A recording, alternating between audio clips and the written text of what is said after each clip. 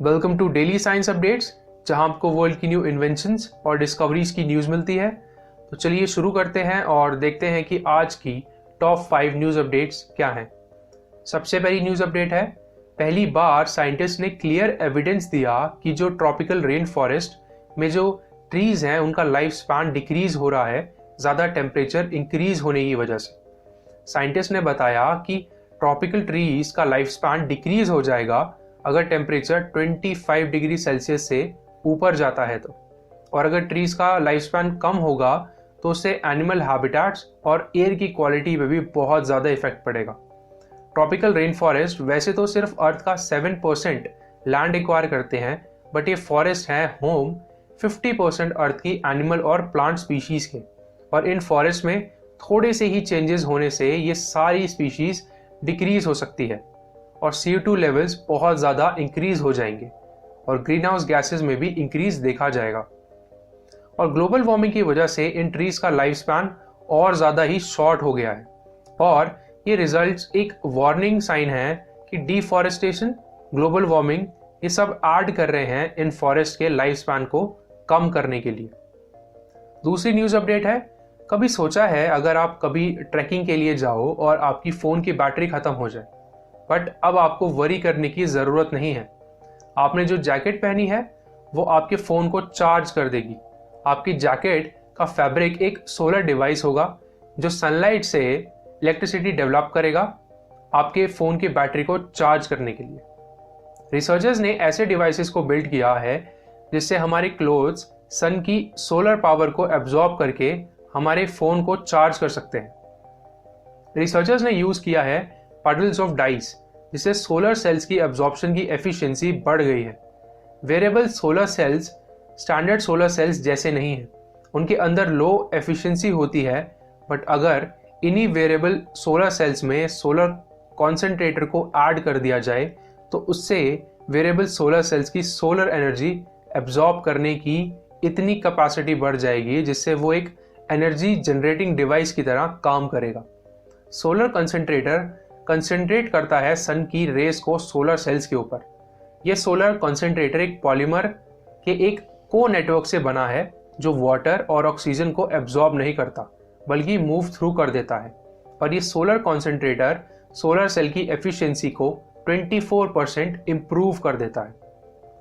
तीसरी news update है, researchers ने यह फाइंड किया कि जो एस्ट्रोनॉट यूरिन फिल्टर जो कि एस्ट्रोनॉट स्पेस में यूज करते हैं वाटर फिल्ट्रेशन के लिए, उसको अर्थ पे भी यूज किया जा सकता है ड्रिंकिंग वाटर की शॉर्टेज को सॉल्व करने के लिए।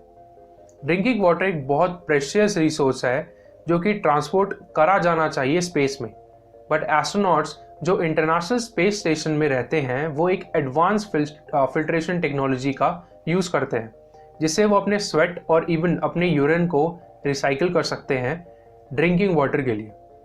एक्वापोरिन जो कि एक waste water recovery system build करने वाली कंपनी है, उन्होंने नासा के एस्ट्रोनॉट्स के लिए यह सिस्टम बिल्ड किया था, बट अभी कंपनी सोच रही है कि इस टेक्नोलॉजी का यूज करके वर्ल्ड वाइड ड्रिंकिंग वाटर की शॉर्टेज की प्रॉब्लम को सॉल्व करा जाएगा।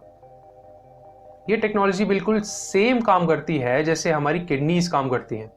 जैसे हमारी किडनीज कंटामिनेंट्स को फिल्टर करती है फ्लूइड्स में से, ऐसे ही एक्वापोरिन मशीन से वेस्ट वाटर पास करवाया जाता है प्रोटीन के थ्रू, और ये मशीन सारे कंटामिनेंट्स को पास कर देती है, बस फिल्टर्ड वाटर रह जाता है। एक्वापोरिन कंपनी ने बताया ये टेक्नोलॉजी फ्यूचरिस्टिक है और ये अर्थ की वाटर रिलेटेड सारी प्रॉब्लम्स का सॉल्यूशन है जो कि फ्यूचर में एक बहुत बड़ा थ्रेट बन सकता है।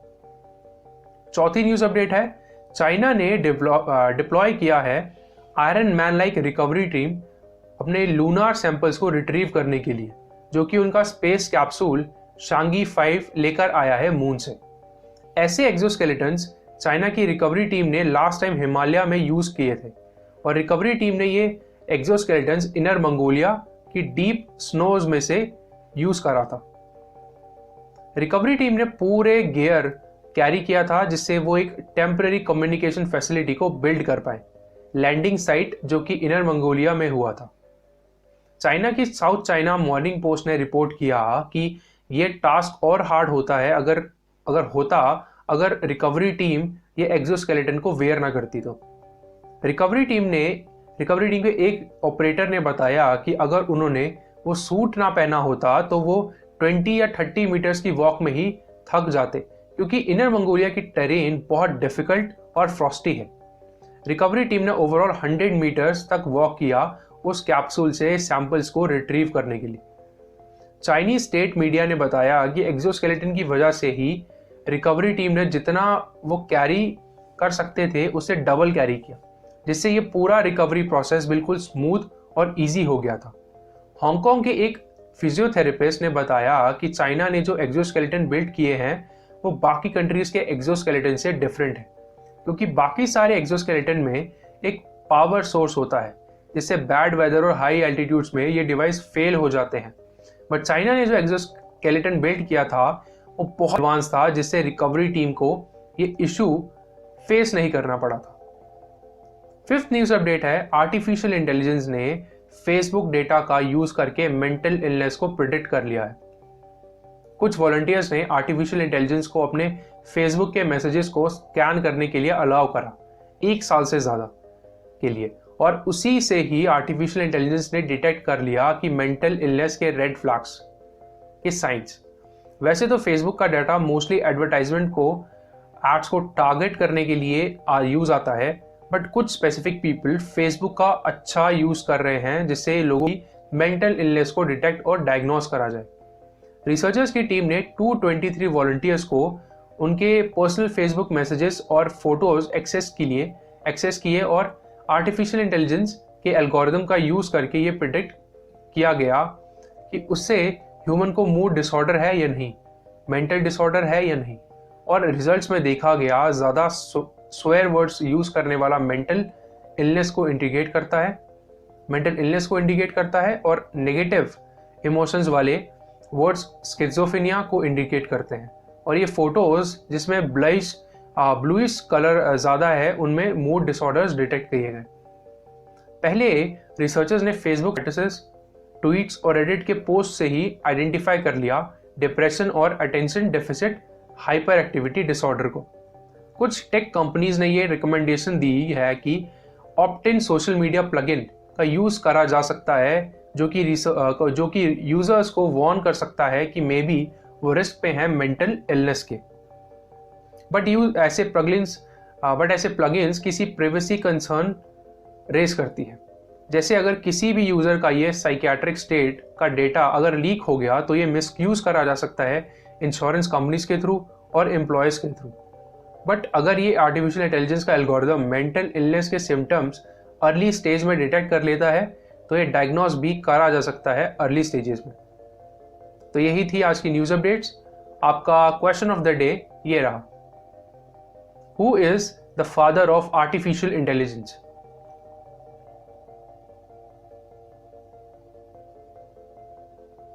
अपने आंसर्स कमेंट सेक्शन में दीजिएगा। तो आज की न्यूज़ अपडेट यही है।